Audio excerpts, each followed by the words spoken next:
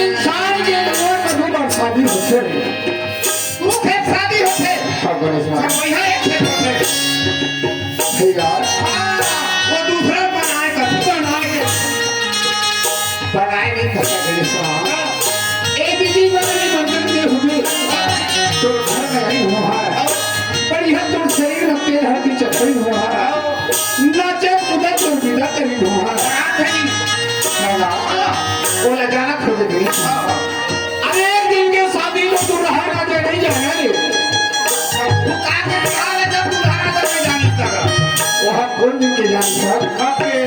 ये दुनिया छोड़ के संसार में छोड़ के तो जावे अच्छा ये मोरा फुफू के ही नहीं बनाने मतलब देवे तो घर में रही बड़ी हद है तो शरीर में हो चुका नहीं अच्छा लेकिन वो दिन की सुहासी वो दिन की पकड़ती अच्छा को नहीं दे रहा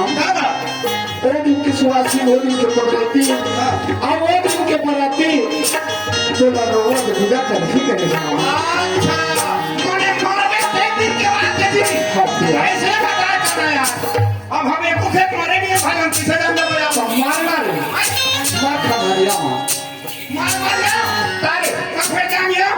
अबे जान गए अरे बात फिर क्यों नहीं कहां आ गए नहीं आवत तू बागा तो भैया हम नहीं कर हम तो खड़ी नाड़ी हो गए चार खुदा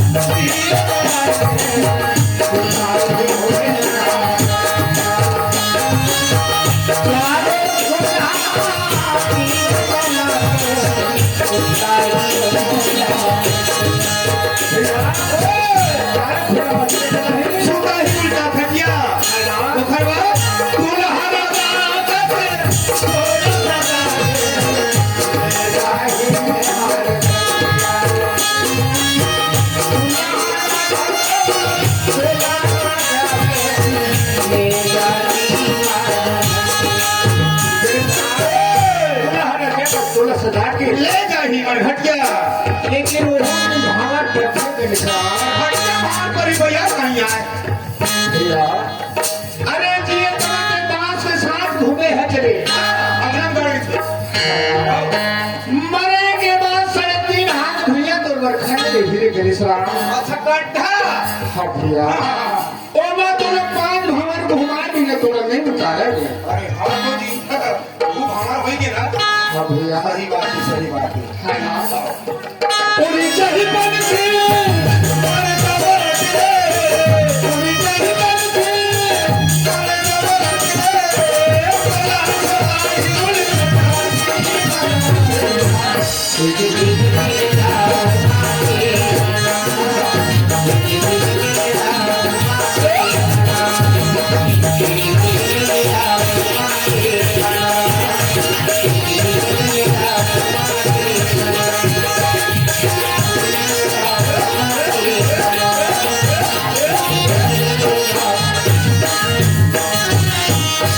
यदि सुरत है